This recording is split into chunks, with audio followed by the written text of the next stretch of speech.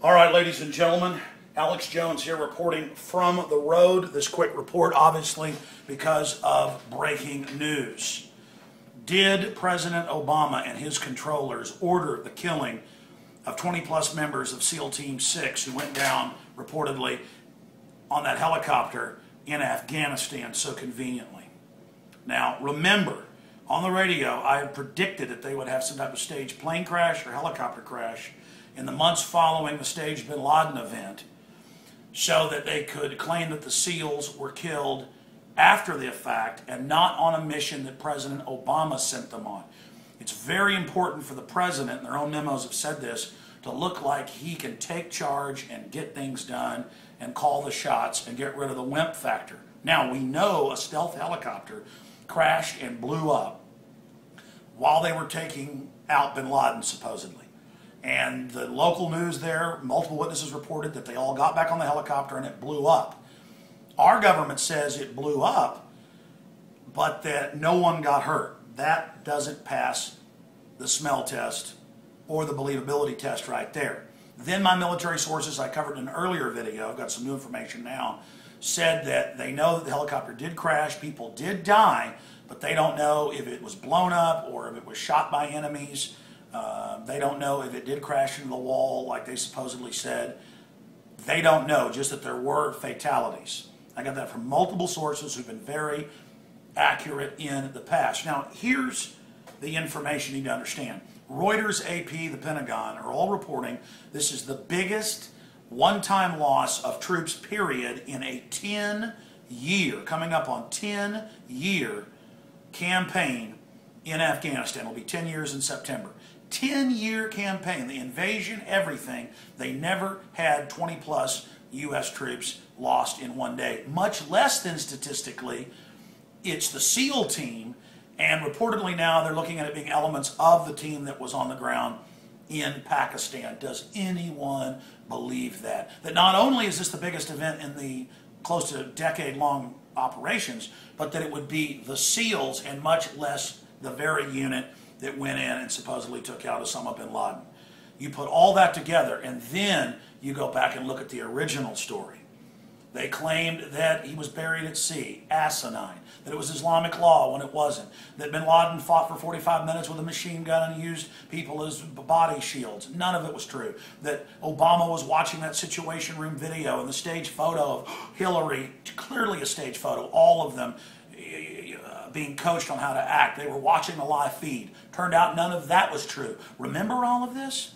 On and on and on and on. Lies, lies, lies, lies. Now, predictably, and here's the key, they can now start releasing the names in the days and weeks to come of the SEAL team that went and killed bin Laden. But then our heroes, they got taken out by the Taliban. Oh, and I almost forgot the first one I should have made. Those of you emailing me and posting comments that I've seen on Infowars.com and PrisonButter.com, the minority of folks that buy into propaganda, they're saying, hey, Alex, the Taliban took credit. Kind of like somebody on the message boards of the Taliban took credit, or friends of Al-Qaeda, or friends of fruitcakeness, whatever the case was, with the Norway shooter and bomber a few weeks ago. Remember that? How many times I've seen AP articles saying bin Laden puts out a new message, and then later it says unsubstantiated days later from a message board, or it wasn't real, it wasn't true. More often than not, it's totally fake. That's another issue there, that the Taliban says, yes, we did it. So now they can speak for these heroes. Now they can't be there to talk about what really happened on that fateful day, one way or the other.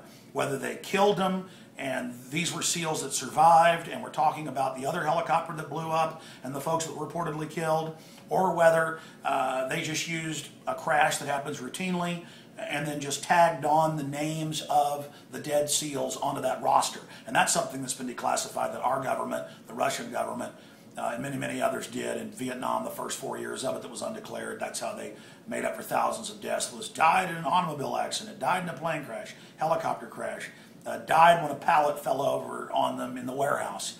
That's how they would do that. The Russians did the same thing in the Afghan war, covering up what was happening with their people.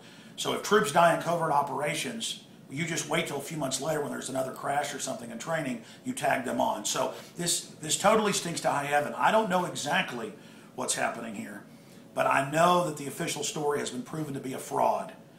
And so you can't trust these people. And now the predictable stuff of let's nuke Afghanistan, let's nuke Pakistan, they killed our Navy SEALs, heroes. Now they can come speak for the SEALs and tell folks whatever story they want.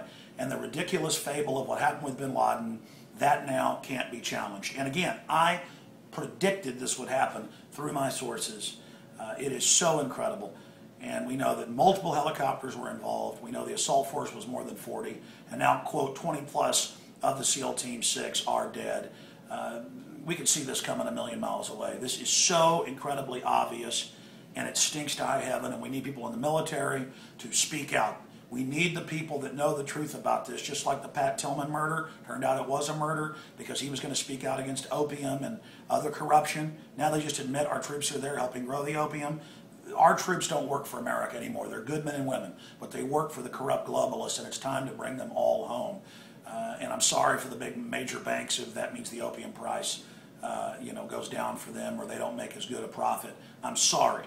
Your New World Order must come down. So we'll be covering this tomorrow on the radio live at 4 p.m. Central on the Sunday edition of the show. And please spread the word about this information and point out the statistical impossibilities of what we're talking about here. That it's the biggest death in the 10-year war, and it just so happens to be the SEAL team that went in for bin Laden. And then you've got all the ridiculous stories involved with that. None of this holds water. And so that's basically it. That's the points I wanted to make. And now they can hype up war even more, saying, man, they killed our heroes. Aren't they dirty rats? Thank you so much for watching. Check out this information for yourself.